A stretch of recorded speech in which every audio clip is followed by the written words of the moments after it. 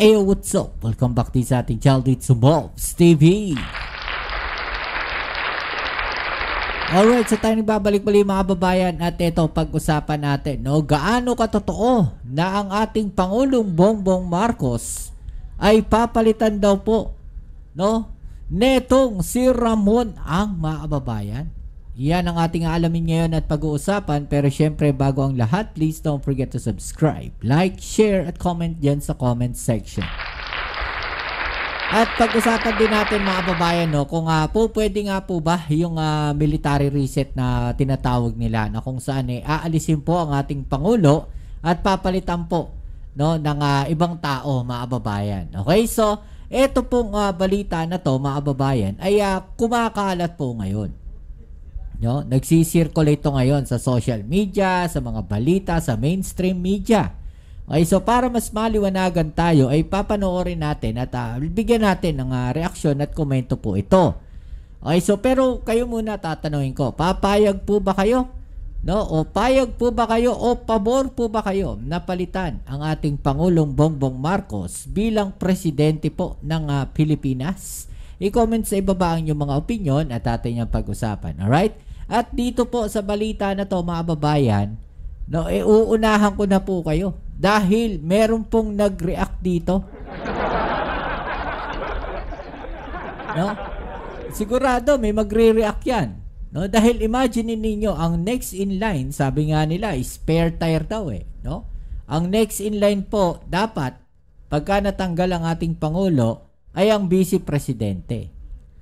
Diba? Pero ito po mangyayari na to na sinasabi nila na si businessman na Ramon ang ipalit sa ating Pangulo. Talagang marami magre-react po dyan. Diba? Kaya nga actually, kaya gigil na gigil po sila, no? Napabagsakin ang ating gobyerno ngayon, siraan ang ating gobyerno ngayon, pababain ang ating Pangulong Bongbong Marcos, no, ay dahil gusto na nilang makapwesto. Gusto na nilang paupuin etong si VP Sara Duterte. Kayo po ba ay payag na makaupo na etong si VP Sara Duterte? I-comment nyo lang po dyan sa ibaba yung mga opinion ninyo. Alright, so ito, panoorin natin tong balita na to mga babayan. Let's go. Pinoposisyon daw para pansamantalang mamuno sa bansa para sa tinatawag na military reset ang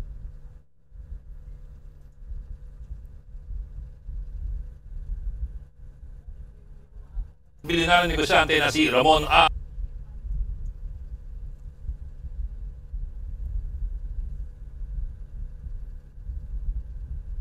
Pinoposisyon daw para pansamantalang mamuno sa bansa para sa tinatawag na military reset ang bilyonaryo negosyante na si Ramon Ang. Ang sagot ni Ang sa report nito ni Bril Montalvo. Ito ang bilyonaryong negosyanteng si Ramon Ang, presidente at chairman ng San Miguel Corporation. Siya raw ang napipisil na mamuno muna ng bansa hanggang sa susunod na eleksyon. Base sa article na inilabas ng sino naman kaya mga nakaisip ng mga kababayan? Politico.com.ph, usap-usapan daw sa grupo ng nagbi-business ang posibilidad na maging consensus caretaker si Ang. Sa gitna yan ang Caretaker, parang yan? Bahay lang? Caretaker? Diba? Ding problema ng bansa sa korupsyon. Bukas daw sa ideyang yan ang iba pang mga bilyonaryo sa bansa. Okay. Balikan natin yan, no? Ang concern kasi nila is yung tungkol doon po sa corruption, mga kababayan. No? With regards doon sa corruption, issue na yan na kanilang sinasabi dito o pinupunto dito, mga kababayan. Actually, may biglang pumasok sa isip ko No, baka merong mga nasa likod nito, mga kababayan. No, netong mga businessman na to.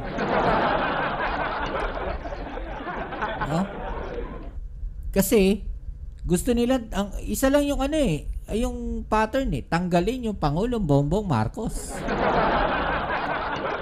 Pero ang number one na lumalaban po, no, na pinupunto nila is yung korupsyon. Ang number one na lumalaban ngayon sa korupsyon at siwalat, no, netong malawakang korupsyon sa DPWH ay ang ating Pangulong Bongbong Marcos.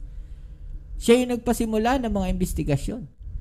Nagtataka lang ako, mga babayan, bakit pilit nilang sinisira ito pong Pangulo natin na lumalaban sa korupsyon? Ayaw ba nila? na may lumalaban sa korupsyon, tapos sisigaw sila sa kalsada, labanan ng korap tong gobyerno na to, korap tong tao na to. Pero yung Pangulo natin lumalaban sa korupsyon, galit na galit sila. Ang weird, 'di ba? Ang weird nila. Tumitinding problema ng bansa sa korupsyon. Bukas daw sa ideyang yan ang iba pang mga bilyonaryo sa bansa, lalo na kapag lumala pa ang political paralysis at makaladkad pababa ang ekonomiya. Ayon sa mga bulong-bulungan, pinag-uusapan So, bulong-bulungan. Diba? Bulong-bulungan pa lang. Mano ng mga nasa alta sa syudad ang isang military-backed reset, hindi kudita para raw ibalik ang kaayusan at tiwala ng mga investor. Target umano nitong ihanda ang bansa sa susunod na eleksyon sa ilalim ng pansamantalang pamunuan. Yung kalokohan niyang pinaplano nila niya. Anong taon pa lang ngayon? 2025, papasok ang 2026 mga babayan. No? So may 2 years sila na para hawakan ang ating gobyerno. Papayag po ba kayo? Na hindi Pangulo ng Pilipinas ang hawak ng gobyerno? Diba? Mas delikado tayo dyan. Mga negosyante yan eh. Diba? Kung kanino sila makikinabang sa susunod na halalan, yun ang susuportahan nila. Huwag tayo magbulag-bulagan. Nangyari yan. Nakita na po natin yan. Mga negosyante yan. Kung saan sila makikinabang, yun ang susuportahan nila. Kung sa tingin nilang makikinabang sila kay BP Sara Duterte, ipupwesto na po nila kaagad yan. Kapag bumaba ang ating Pangulong Bongbong Marcos, maniwala kayo. Ano lang yan? Para-paraan lang nila yan. No? Patibong yan. Napakalaking patibong po. No? Yung kanilang sinasabi na yan, mga kababayan. Malaking patibong yan kay Pangulong Bongbong Marcos. At sa tingin ko, hindi yan gagawin ng ating Pangulo. Hindi uubra yung pinaplano nila na yan. Patibong yan.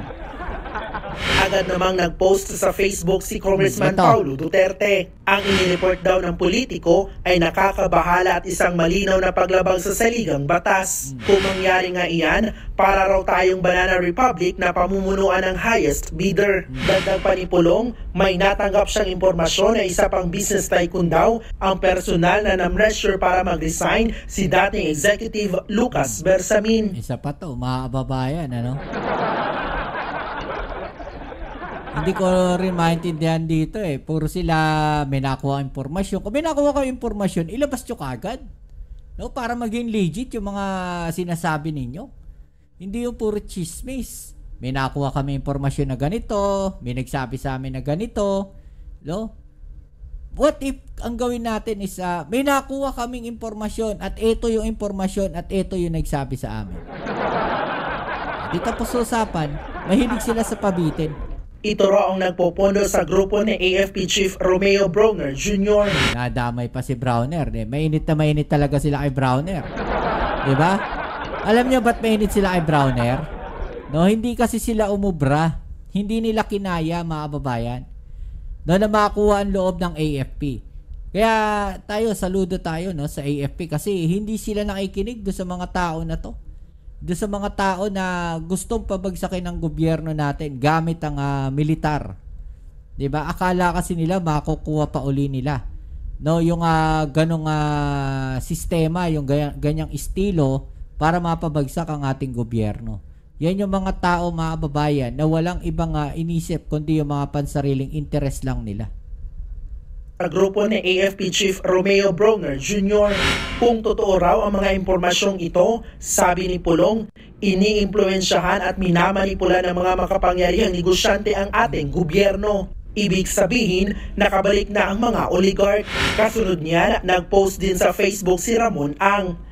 Diretsahan niyang sinabing hindi siya papasok sa politika. Alam daw ni Ang na maraming hinaharap ngayon ang bansa. Naiintindihan niya kung bakit gusto agad itong masolusyonan. Pero ang pagsulong ay hindi lang dapat nakadepende sa iisang tao. Kailangan daw iisang direksyon ang gobyerno, pribadong sektor at ang publiko. Samantala, nagbabala naman ang Malacanang kung totoo raw na dayuhang pondo ang nasa likod ng umano'y planong destabilisasyon laban sa Marcos administration. May katotohanan at makikita po sa kanilang pag-iimbestiga na foreign funded itong kanilang isinasagawang rally masasabi po natin ito'y pagtataksil sa bayan. Ayon kay Palace Press Officer Claire Castro, iniimbestigahan na ng AFP at PNP ang issue at hindi raw katanggap-tanggap na pinapakialaman ng ibang bansa ang politika ng Pilipinas. Ang politika natin ay mukhang pinanghihimasukan na ng ibang bansa. So, hindi po maganda. Sana hindi po... So, sino kaya yung ibang bansa na yan, mga kababayan? Ayan. So, may nagpopondo eh. Sino ba yung gusto mapatalsik yung Pangulo natin? No, na sinasabi nila na nagpopondo. No? Doon sa mga tao na gusto mapatalsik yung Pangulo natin. Anong bansa? 'Di ba? Alam niyo naman kung anong bansa 'yan, 'di ba? At yung bansa na 'yan, no, talagang kampi na kampi sila diyan sa bansa na 'yan. 'Di ba? Lumalim pa ang itong klase mga aktibidad kung nagpopondo lang naman din po ay ibang bansa. Wala pang pahayag ang Armed Forces of the Philippines kaugnay ng umano'y military-backed reset. Nagbabalita. Diba, mga babayan? No? Mahirap yan. O ito, pakinggan natin, mga babayan, kung ito po bang military-backed reset na to, pwede po o hindi, mga babayan. Alright? Let's go. Matanong nga kita, no, hindi wala lang akong news item. Hinahanap ko kay Elfred yung news item eh. Merong nagpalutang kahapon, although dininay naman niya, no. Si Ramon Ang, pinili daw ng mga negosyante si Ramon Ang parang maging caretaker. Sabing gano'n, di ba?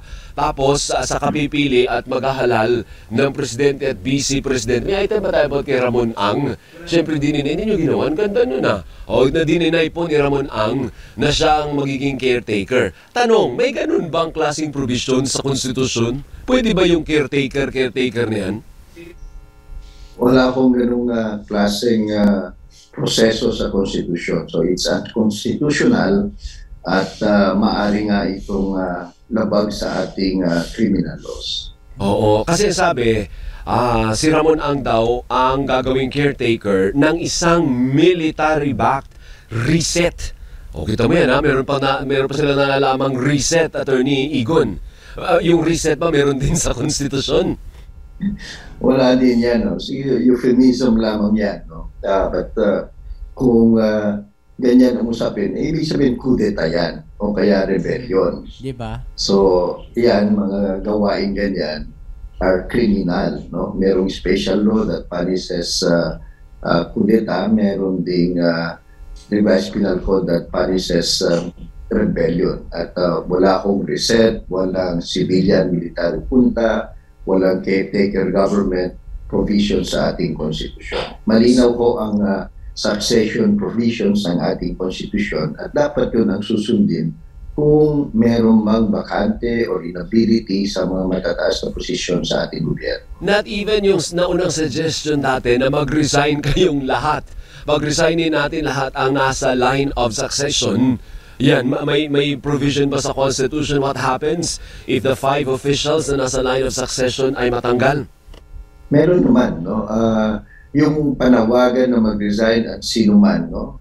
Presidente down to the lowest public official, karapatan naman yan ng taong bayan na disgustado o kaya galit o kaya nakikita na hindi nila nagagawa ang kanilang trabaho. So there's nothing wrong with a call to resign, no? Kasi voluntary naman yan sa parte nung magre-resign. So kung sakasakali nga na maniwala sila, tatalima sila dun sa panawagang mag-resign at sabay-sabay silang mag-resign, yung President at Vice President, sa ating konstitusyon meron namang succession, yung Senate President o kaya yung Speaker of the House, no? Ang hindi po kung lahat po nag-resign nga po. Yung halimbawa yung lima lang naman po sila o 4 lang pala sila, no? Yung nasa line of succession. Kasi hindi naman kasali yung Chief Justice, hindi ho ba, Attorney? So kung nag-resign yung 4 na yon, ano mangyayari sa atin? Well, meron kasing provision sa ating konstitusyon na calling for a special election. So kung yung pag-resign o yung vacancy sa lahat, of course, more than 1.5 years before a general election or a presidential election, pwedeng tatawag ang Kongreso ng special election para mag-elect tayo ng mga presidente, vice-presidente at kung ano-ano pa. So may provision na ganun. O kasi di ba tama po ba ako, hanggang speaker lang po yung line of succession, attorney, hindi kasali yung Chief Justice, ano po? Hindi ko kasama yun ayon sa Constitution hanggang si speaker lang. Pero hindi natin po problemahin kung mag-resign ng Senate President kasi Senate itself will elect the Senate President. Ganun din po ang Speaker of the House. So you don't need a special election for them kasi yung upper house at lower house, sila na ang bahalang mag-elect agad ng kapalit ni speaker. So, malabong magkakaroon ng vacancy yun ng matagal. So, habang nagkakaroon tayo ng special election for President and Vice President, yung Senate President ang maaring umupo. Okay, tama. So, ibig sabihin, pag nag-resign man yung Senate President, meron pa rin namang papalit dahil ihala lang naman ng mga miyembro nila. So, parang lumalabas, walang katapusan na merong uupong Senate President o Speaker. Tama ko yan. Hindi naman pababayaan ng ating mga politiko na magkaroon ng vacuum sa leadership. At marami sa mga yan gusto maging Senate President o maging Speaker. Oo nga, tama yun. Ano po? So sa ating mga kababayan na, although in fairness kay Ramon Ang, nag-deny naman po siya kaagad. Sabi niya, wala pong ganun. So maaaring ito, attorney, ay parang panlinlang lang din, panggulo, pang-distract lang din sa ating mga kababayan yung nagpalutang nung caretaker at military-backed reset. Well, saludo nga tayo kay RSA sapagkat kaagad kinontra niya ito at tama yung tingin mo. Sa tingin ko ito panggulo lang para siguro malihis itong dambuhalang kontrobersya, yung skandalo na ito at malilimutan na ng taong bayan yung primary focus natin at gusto natin malaman ang katotohanan at mapanagot sino man. Di ba? Ito yung gawain ng mga magnanakaw na at mga politiko kung minsan na kung may ganitong mga skandalo kung ano-ano na lang pinapasabog nila para doon tayo mabola-bola o kaya doon tayo ma-focus at makalimutan na natin itong malalaking ninakaw sa atin at hindi na sila mananagot. Okay. Maraming salamat. So, yun talaga yun nangyayari. Yan yung palagi nating sinasabi mga kababayan, na pinapaikot-ikot nila yung tao. Nililihis nila yung issue. Kaya lang, ang problema, hindi talaga nalilihis ang issue dahil nakatutok yung gobyerno natin.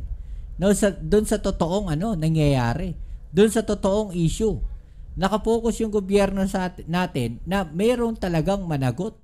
Diyan sa napakalaking kontrobersya na yan pagdating sa flood control. Okay, so yan muli. Maraming salamat sa lahat ng mga patuloy na kasuporta dito sa ating channel. Hanggang dito na lang muna ang ating video ngayon.